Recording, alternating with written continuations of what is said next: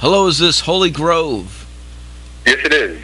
Dude, what's going on, man? This is Zach Moonshine from Metal Devastation Radio. You're live on the air right now. Right on. What's up, Zach? Just fucking chilling, man, drinking some beers and listening to you guys' tunes, man. This is fucking badass shit. Excellent. Thanks, brother. So, what's going on in the world of Holy Grove, man? What are you guys doing? We are preparing to go out on a West Coast tour in about 2 weeks or so. We're playing a bunch of places on the West Coast that we've never been to. We're going to Canada for the first time, which we're super stoked about. Yeah, we get back from that. We're playing a couple shows here in Portland when we get back, and then we're going to start writing the next record pretty much. So we're definitely keeping busy. Nice. So tell us about this this live EP that you guys released. It's supposed to benefit the family of a 3-year-old that's battling leukemia. Yeah, for sure. So our friends Peter and Cassie, who Peter used to play in a band with our guitar player Trent. They played in a band together for many years, and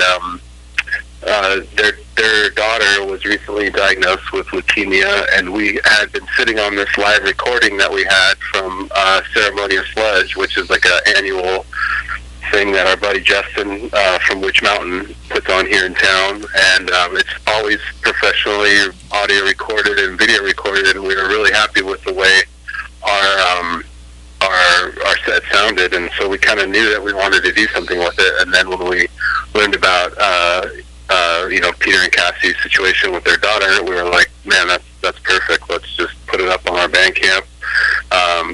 Encourage people to sort of pay what they want for it, and we'll just send everything off to them and do what we can to sort of help them out. Man, that's fucking awesome. Yeah, it worked out really well, and like I said, we're just happy to help them out in any way we can. And in addition to that, we were just really happy with the way that the live recording turned out. So whatever we could do to help, we're stoked to do. Yeah, the live recording, I was gonna say, sounds really, really good, man. It's really professionally sounds professionally done. Like it's. Yeah, the guy who recorded it, his name, God, I feel like I'm going to blow his name, but I'm pretty sure his name's Eric. I don't really know him that well, but he owns a studio here in town, and this was his first year doing it, and he basically threw like a couple mics on the drum kit, and then like a room mic up, and got those sounds from that, so it worked out pretty well. I was really happy with it. I'm always like a little bit nervous to listen to live recordings, just because you walk away from the show thinking oh man, we crushed it or whatever, and then you listen back and you kind of, I tend to overanalyze things, but with this I was like pleasantly surprised listening back. I was like, yeah, let's do this, let's put this out. So worked out well. Hell yeah, man. Well, I love live recordings, man, especially like really good ones too, man. Like let me ask you, what's some of your favorite live recordings? Well, damn. Kiss Alive, the first Kiss Alive is something that comes to mind. Deep Purple live in Japan, for sure, is something that we definitely, all four of us, listen to quite a bit.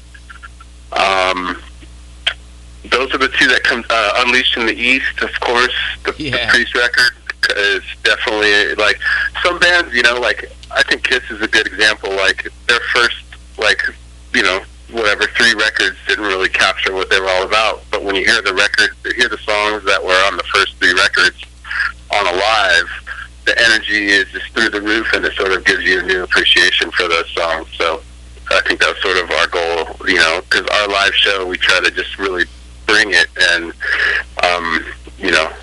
so we kind of were hoping that was what people would, you can hear the studio versions of the songs and hear the live versions and be like, there's some discernible differences, but just the energy is what we try to bring, Hell yeah.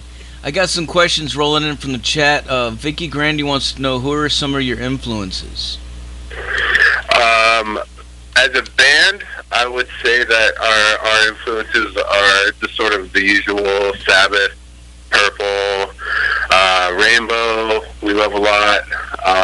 Neurosis is a huge one for us. Sleep, High on Fire. Those I would say are sort of our collective, big ones.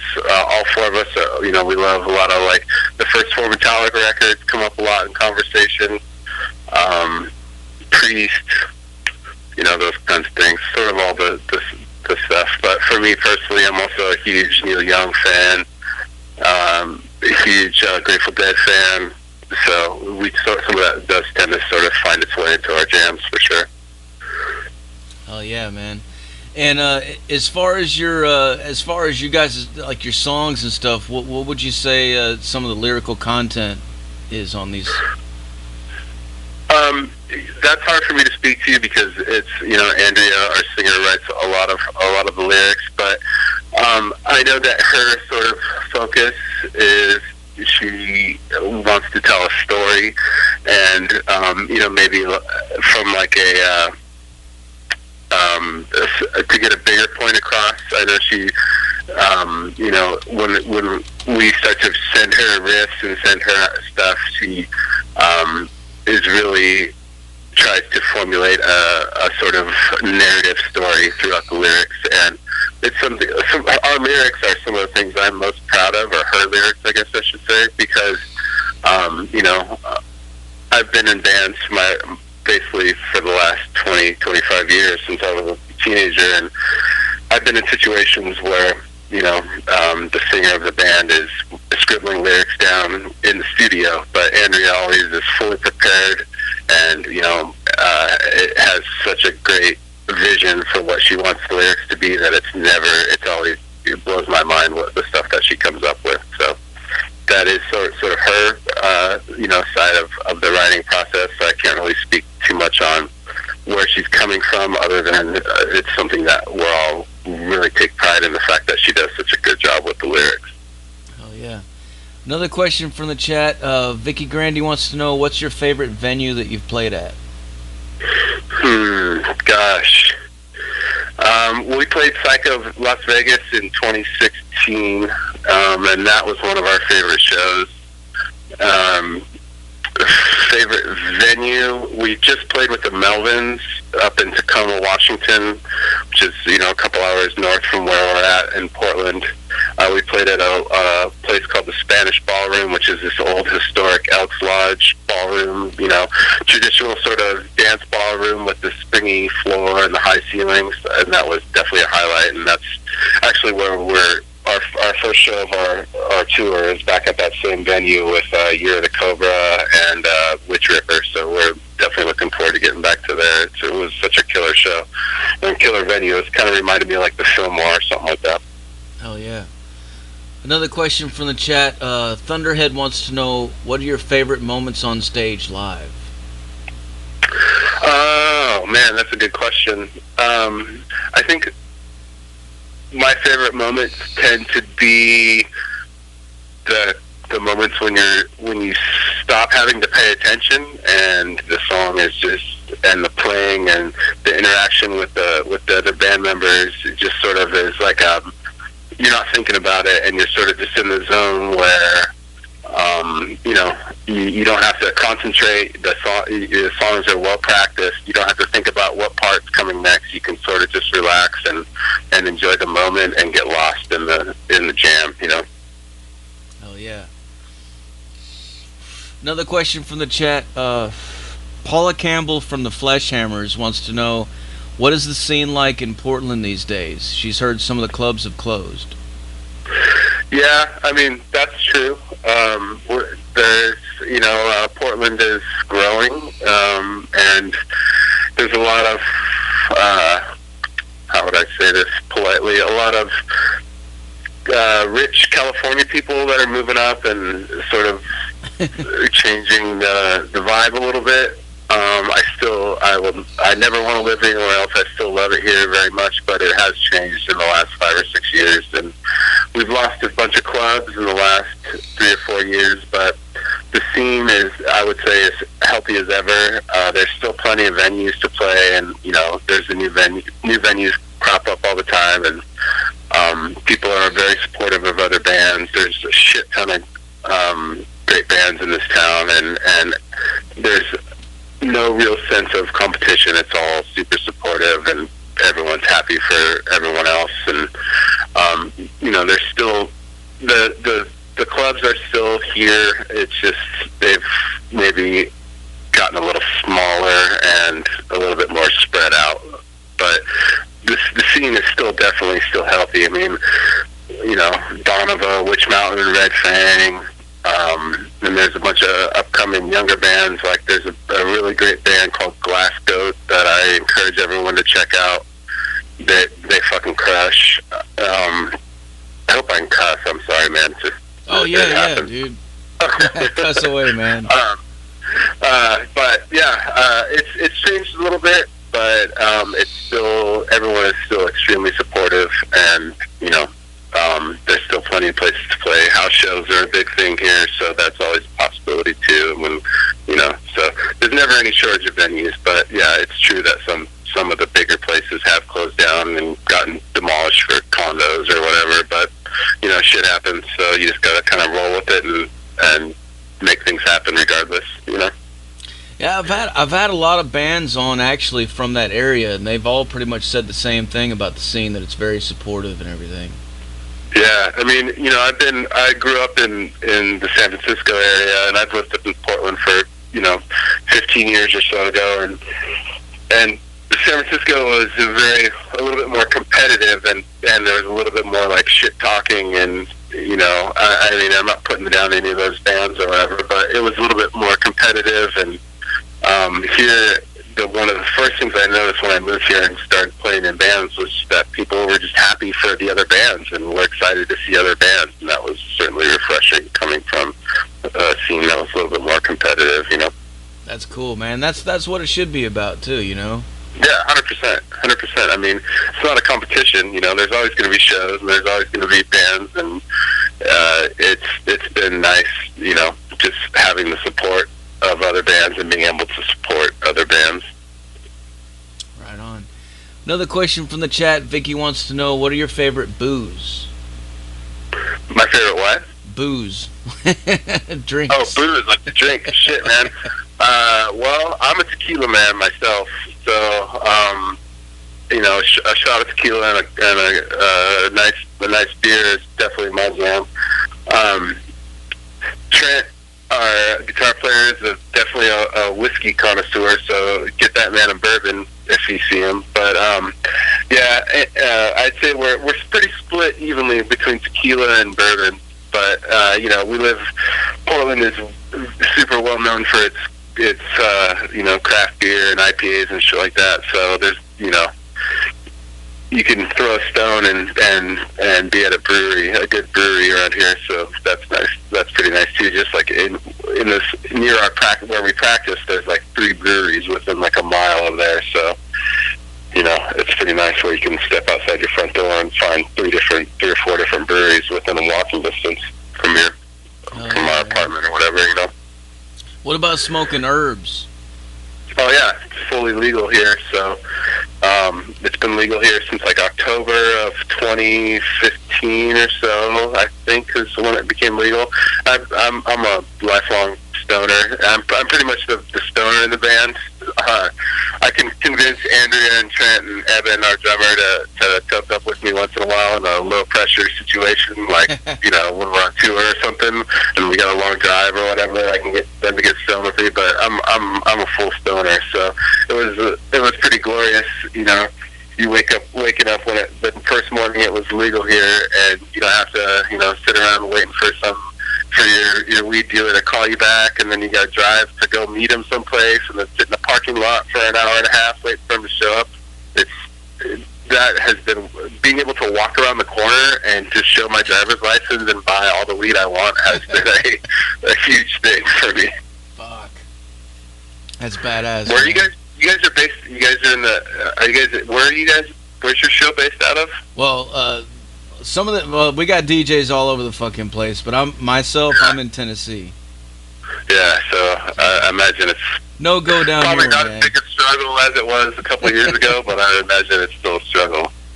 It feels like it's getting close, though. It definitely feels. Yeah, it really does, right? Like I feel like we got like a couple more years, and it's going to be federally legal, which is, you know, when I was a kid, I never would have been able to imagine that. Yeah, for sure, man. Speaking of being a kid, got another question from the chat. Thunderhead wants to know, as a teenager, what bands did you like? Oh man, well, so I'm 43, so I, you know, in the late 80s, I remember when Justice for All came out, and at that time I thought like, you know, Def Leppard was the heaviest thing I'd ever heard, and then I heard Justice first, and then I heard Master of Puppets. A buddy of mine gave me like a duped cassette that had Justice on one side and Master of Puppets on the other side, and that was it for me right there, man. Like those two records, definitely changed my life, and those were the first four Metallica records were huge for me. And then shortly after that, you know, came Sabbath and, you know, a lot of that kind of stuff. Sabbath, Priest, Maiden, all those bands kind of came in quick, rapid succession after I heard, you know, after I heard Metallica. I just would look at whatever, you know, I was really into skateboarding at the time, and Thrasher magazine would cover Metallica pretty extensively, and then I would just look at whatever shirts Metallica was wearing in the pictures and have to be like, oh, that's the next band I got to hear. So that led to, like, you know, the big four thrash bands, and definitely Maiden, the Misfits, the Priest, shit like that. And Lars would always mention Deep Purple in interviews, you know, and so like I knew that Deep Purple was something I had to check out, and you know, I scored like Machine Head on cheap CD, and that definitely sort of started me down that path. And then you know, the desert stuff, I was lucky enough to get into Caius when they were still around, and was able to see them 3 or 4 times, and Caius had a huge impact on me, as far as like hearing like a retro heavy sound, but updated for, you know, sort of a newer vibe. And I grew up in San Jose, California, which is where Sleep is from, so Sleep was always sort of around. I wasn't old enough to go see them at the time, but you know, I picked up, I remember older friends saying, oh, you gotta check out, if you like Black Sabbath, you gotta hear Sleep. And you know, so I was able to hear Holy Mountain when it had just come out, and that was huge too. Oh yeah, man.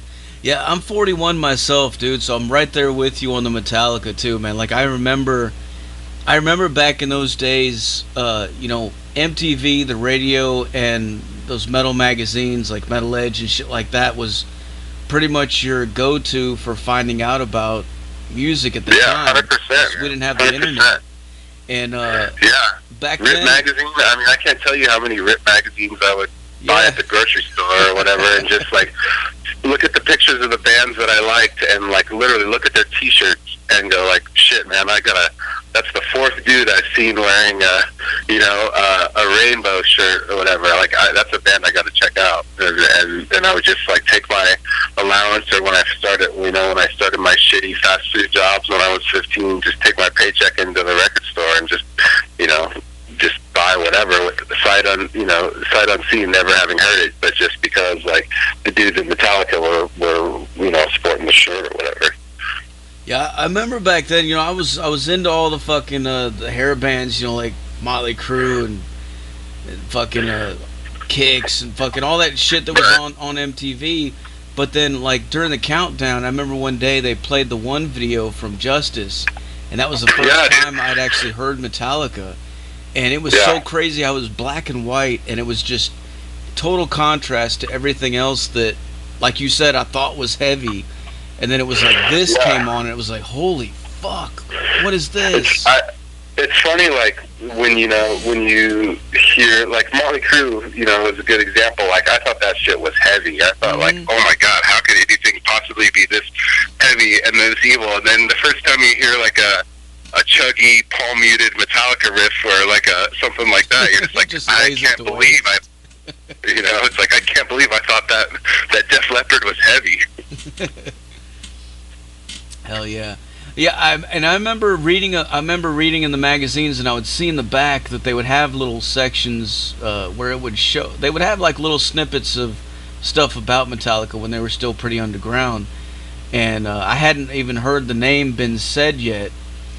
And so there was this one day I was rolling down the street on my skateboard, and I seen these older kids, these teenagers, that was standing down there smoking cigarettes or something. And they were wearing Metallica shirts, and I seen the shirts, and I was like, "Hey, you guys listen to Metallica?" And, and they just started laughing. Yeah, sure, kid. That's what we listen to. They're thinking, "Fucking dumbass." But then you hear it, and you're just like, "Oh man, this is my tribe. This is where I've totally, man, totally. The band, my whole life." So. Yeah, after that, it was like just a non-stop journey of trying to find the heavier and heavier and heavier. Totally. Yeah. Well, another question from the chat. Mega Mike wants to know, first time a bra was thrown at you on stage, and if so, was it worth it? Shit, man, I'm still waiting for that. So, you come see us on our tour next month. And I'll anxiously be awaiting that first bra to be thrown at me. I'll circle back with you, let you know how that goes. There you go, ladies out there listening. If you go to see that show, throw your bras. Exactly. Another question from the chat. Thunderhead wants to know, do you like Overkill? Yeah, of course, man. Like, I'm pretty much a fan of any, like, 80s, 90s thrash. Like, it's the sound of a like I was saying earlier, the sound of a palm muted guitar and, like, a double kick drum there's nothing more satisfying for me than that. So, yeah, 100%. The thing that always that I gravitated to Overkill from the beginning was the way that they had the bass so high in the mix. I'd never heard that before, and I remember that really stuck out to me. That was crazy sounding. But that was one of the things that I really gravitated to them, and Anthrax as well. It was like Anthrax, the bass is so crisp and present and right up in the mix. And Cliff is my favorite bass player of all time. Oh, I mean, like, I play a Rickenbacker because of Cliff, and I have a wah pedal and distortion because I love Cliff so much. But there was still an element of the bass was, especially like on Master, the bass was a little bit buried. But Anthrax, Overkill, even like the first couple of Megadeth records, the bass was so present in the mix, and that really, really appealed to me. And when I started learning bass and figuring out playing bass, it was because some of those records where you could really hear the bass and just try to like pick my way out through some of those songs. Yeah, I always thought that was cool about the thrash bands. It was sort of like how they really incorporated everybody's instrument into the whole thing. Like, nobody wasn't left behind. It was like everybody had their own time to fucking shine in there, and that was really cool. But speaking of Cliff, though, man, when you listen to a lot of those early Metallica records with Cliff on them, some of the the instrumental songs and stuff where he does a lot of different things on there, it sounds like a guitar when you first listen. If you don't know, totally, it sounds like it sounds like a guitar solo or something. But then you find out, no, it's the fucking bass, man. Yeah, there's that bass solo in like the not the clean bass solo in Orion, but the distorted bass solo towards the end of Orion. Like, I thought that was a guitar until maybe 10 years ago, and I was like, holy shit! Like, that's I didn't hear it as a bass, like a bass lick. And then once you realize that it's a bass part, you're like, it seems a little bit more obvious. But yeah, just with Cliff's sort of melodic guitar solo-y style, and playing high up on the neck and using fuzz, like, there's definitely some stuff where you're like, oh, I thought that thought that was guitar this whole time.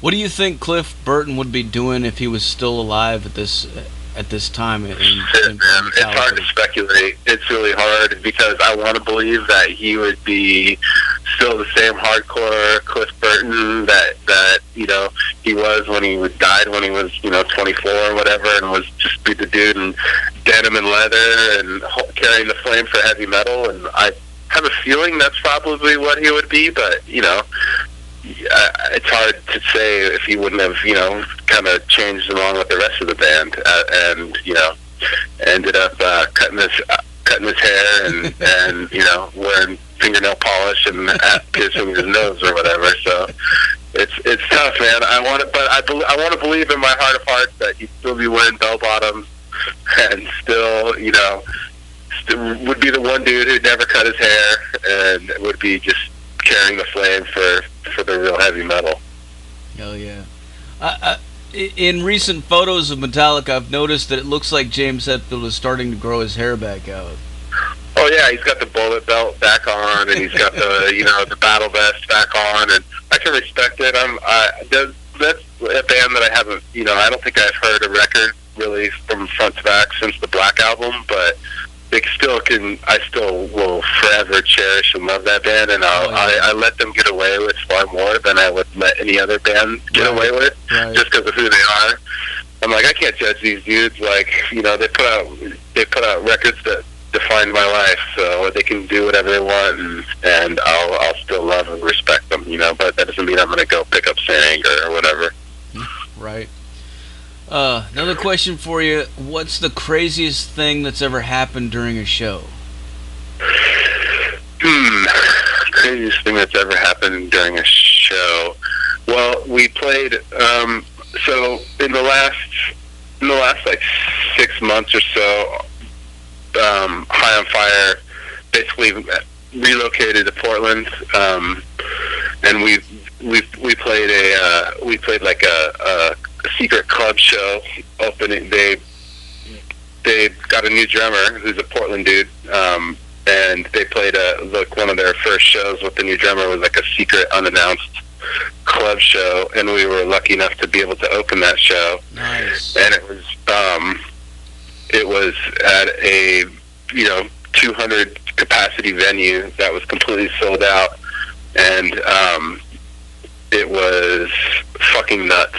Like playing in front of, we thought it was going to be a little intimidating. Of course everyone's there to see High on Fire, but a lot of our friends were there, and we've become friends with the High on Fire dudes, which has been pretty nice. And when we were playing, it was just fucking chaos, and people up on stage, and people just getting down, beers sailing across the room, which was pretty fucking cool. So nothing super crazy, but anytime the crowd is super into it, it's always nice for us to, and it kind of kicks up the intensity a little bit, and encourages us to get a little wild. Fucking Matt Pike is a fucking beast, man. He's the best. He's the fucking best. Like, I can't think of a modern guitar player that whose style and playing I like more than that dude's. Yeah, he's a fucking riff master, man. Like, the shit that I don't know. And he's got a very distinct fucking sound, too. Like, you can tell that it's him when he's playing. And, like, for Sleep, this band that means so much to so many people, and sort of created the scene that we're all a part of, for them to be gone for 20 years, come back and put out an album that is up there with their other records, to me was just such a triumph of what that dude does. I was so happy that of course Sleep is one of my favorite bands, so when I heard that they had a new record coming out, I was very I don't want to say concerned, but I was certainly like, oh god, I hope it doesn't suck. It's been 20 years, and to have them come back with the Sciences, which was such a killer record, I was really stoked on that.